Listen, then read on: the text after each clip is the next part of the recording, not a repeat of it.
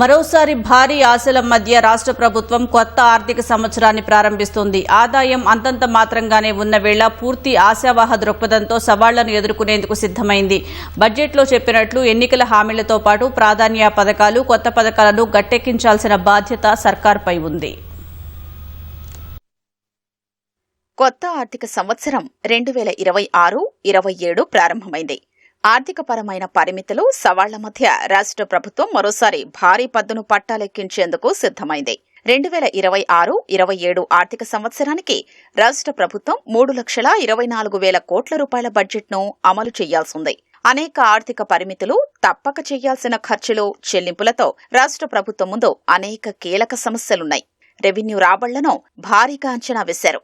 2024-25లో 2,21,000 కోట్లు అంచనా వేగా అందులో 1,67,000 కోట్లు మాత్రమే సమకూరాయి.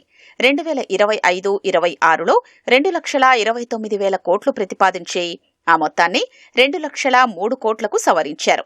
దానిపై ఏకంగా 40,000 కోట్ల పెరుగుదలతో 2026-27లో ఏకంగా 2,41,000 కోట్లకు పైగా అంచనా వేశారు.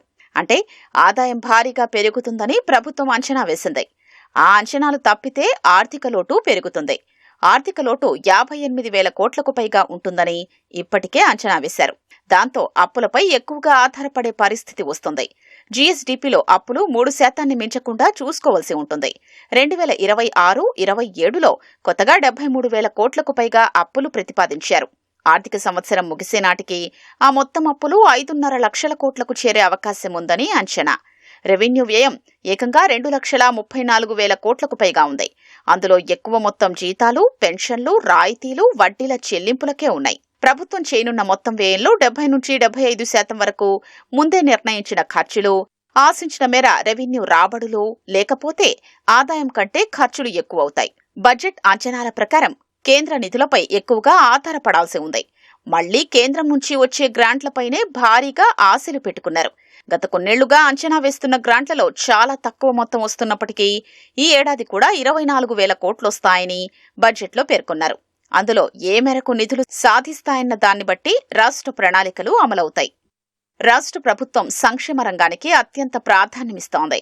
ఆయా వర్గాల అవసరాలకు అనుగుణంగా బడ్జెట్లో మొత్తం సంక్షేమ పథకాలకు 1,45,000 కోట్లు ఖర్చు ప్రతిపాదించారు. 2023 ఎన్నికల్లో ఇచ్చిన హామీలు, 6 గ్యారంటీలకు తగిన మేర నిధులు ఖర్చు చేయాల్సి ఉంటుంది.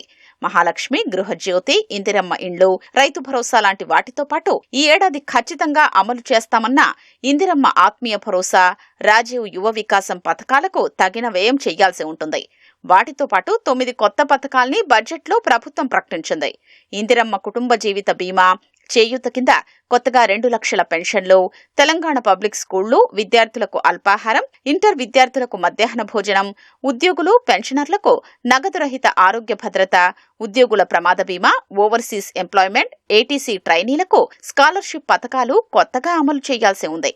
వాటన్నింటికీ నిధుల సర్దుబాటు అత్యంత కీలకం. వీటితో పాటు కీలకమైన వ్యవసాయం, నీటిపారుదల, మౌలిక వసతులు లాంటి వాటికి తగిన మేర ఖర్చు చేయాల్సి ఉంటుంది. వీటన్నింటికీ కొత్త ఆదాయ వనరులు చాలా కీలకమవుతాయి. మూలధనంపై ఎక్కువ వ్యయం చేయాలన్న ఆలోచనలో ప్రభుత్వం ఉంది. గత ఆర్థిక సంవత్సరంలో రుణాల చెల్లింపును మూలధన వ్యయం కింద చూపారు.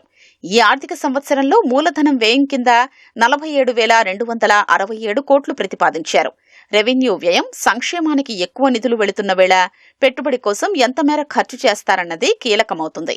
గతేడాది కేవలం 75-80% అంచనాల్ని మాత్రమే అందుకున్న పరిస్థితుల్లో కొత్త ఆర్థిక సంవత్సరంలో బడ్జెట్ అమలు సామర్థ్యం ముఖ్యంగా మారనుంది.